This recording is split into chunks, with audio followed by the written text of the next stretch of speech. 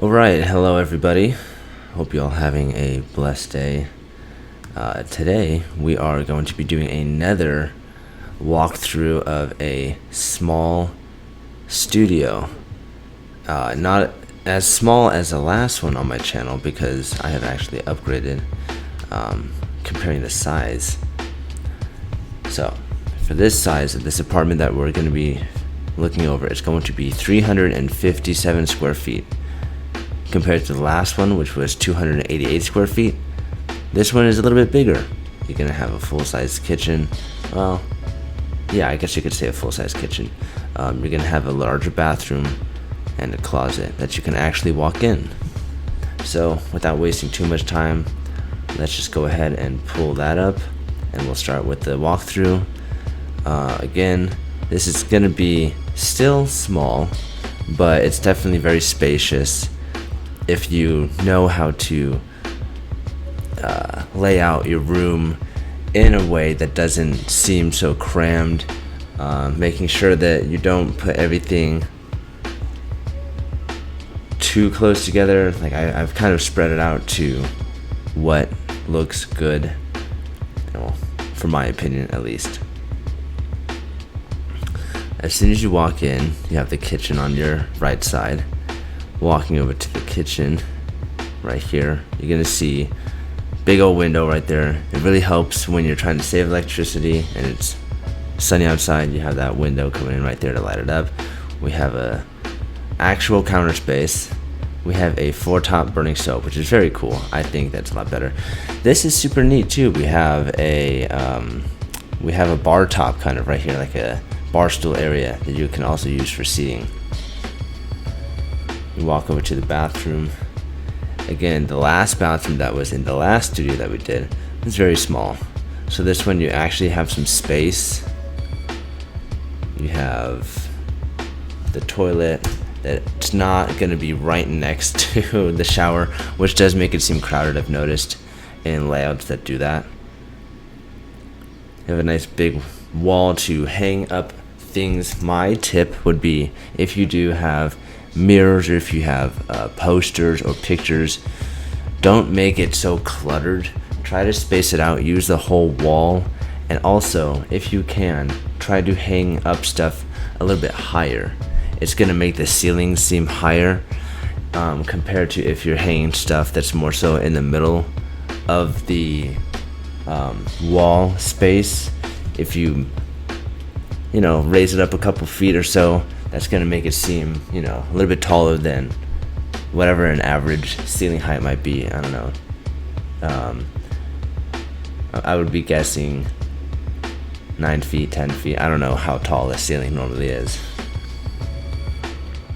But again, walking back through here, the door. There's a lot of space, so I even have a lot of space for a table. There's a nice wood-burning furnace right there, which I think is pretty cool. Gonna be handy for the winter for sure, saving a lot of energy, not using the heater.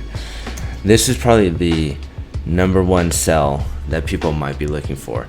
If the walk-in closet is actually a walk-in closet. A lot of closets will just kind of be, you open the door and you have what it is right in front of you. You can't walk in because it's not a walk-in closet. But this one is. It's a very good one at that for sure.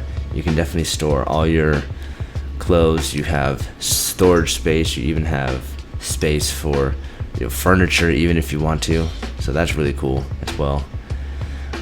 So quite honestly, this is just the beginner setup that I have. I have so many other ideas that I want to do for this studio. So we'll see if I can actually start chiseling away with that. Super easy. The one thing that I would say, again, if you are trying to move into a smaller studio, make sure that you think ahead, because I have seen how people will move from like a 2-bed, 2-bath house, like an actual house where they have couches, giant bed frames, stuff like that.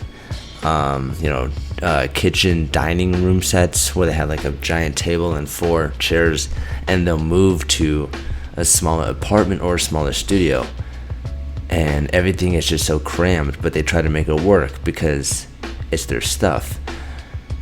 You're gonna have to sell stuff if you are downgrading or downsizing, or just, there's not necessarily anything too bad with moving from a house to a smaller apartment, or a 2-bedroom 2-bath, or a 1-bedroom 1-bath to a small studio. A lot of people are doing that to either save money or just to declutter.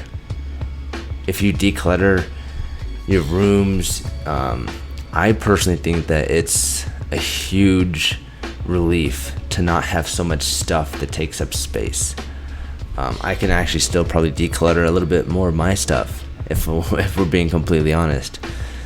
But all in all, this apartment I think is pretty good for what it is. It's a little bit cheaper. Actually, it's a little bit over $1,000.